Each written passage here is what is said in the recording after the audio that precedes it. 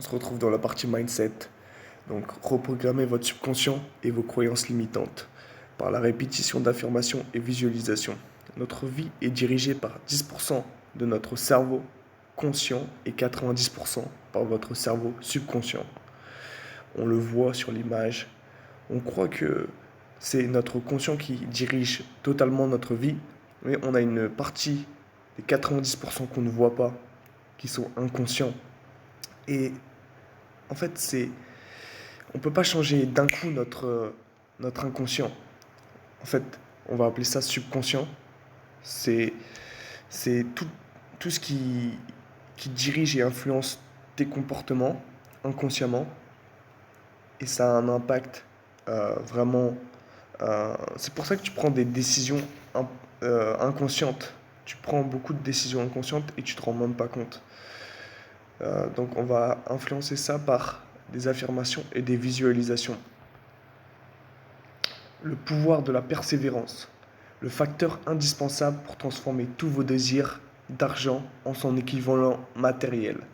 Donc si, si tu regardes les personnes qui ont réussi autour de toi, tu ne verras que leur succès. Tu ne verras pas tous leurs échecs. Et toutes les personnes que tu connais aujourd'hui ont connu beaucoup plus d'échecs que tu ne le crois. Et ils ont utilisé ce principe-là pour arriver là où ils en sont aujourd'hui. Donc l'argent peut résoudre aussi 90% de tes problèmes. Et si tu contrôles ton argent, bah, ce ne sera pas lui qui va te contrôler. Impossible de persévérer avec un désir tiède. Donc si tu veux dire si tu te dis à toi-même, oui, peut-être je vais devenir libre financièrement. Ah oui, si tu te laisses une option, si c'est optionnel pour toi, tu vas jamais le faire. Faut être extrême. Faut dire, je vais atteindre la liberté financière et non peut-être ou bon, on verra plus tard. Non, ça doit être un must. Ça doit être vraiment, tu dois vraiment y penser tout le temps et vouloir vraiment très très fort la liberté financière. Donc si tu veux gagner 1 million d'euros, tu as juste une personne à convaincre, c'est toi-même. Quand tu as la foi et que tu crois en toi, tu as fait 50% de l'objectif.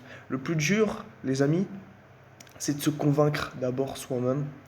Et une fois que tu vas être convaincu que tu es capable de le faire, tu vas faire les actions pour. Tu vas faire les efforts et tu vas voir des résultats, des premiers résultats. Et ça va t'encourager. Et c'est un cercle vicieux, c'est un cercle vertueux plutôt, qui va te permettre d'atteindre tes objectifs plus rapidement.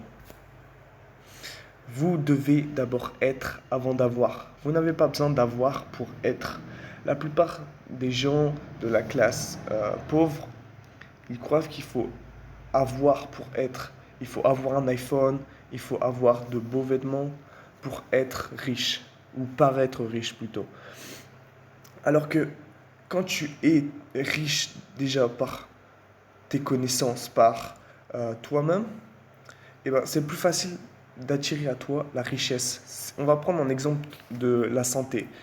Par exemple, si vous voulez perdre 10 kilos et que vous êtes en surpoids, il va d'abord falloir que vous êtes la personne qui a les comportements et les habitudes de bien manger et de bouger davantage pour ensuite avoir un corps en santé.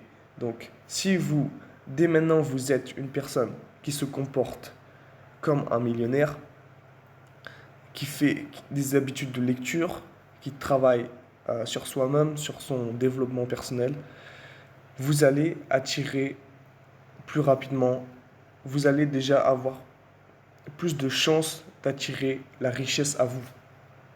C'est une psychologie d'approche d'être avant d'avoir. C'est super important. Les croyances de pauvres. L'argent c'est mal, les riches sont des voleurs. Je ne peux pas être pauvre. Non, je ne peux que être pauvre.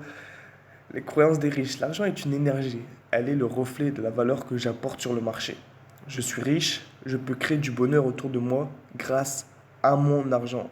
Donc les croyances ont le pouvoir de te construire ou de te détruire.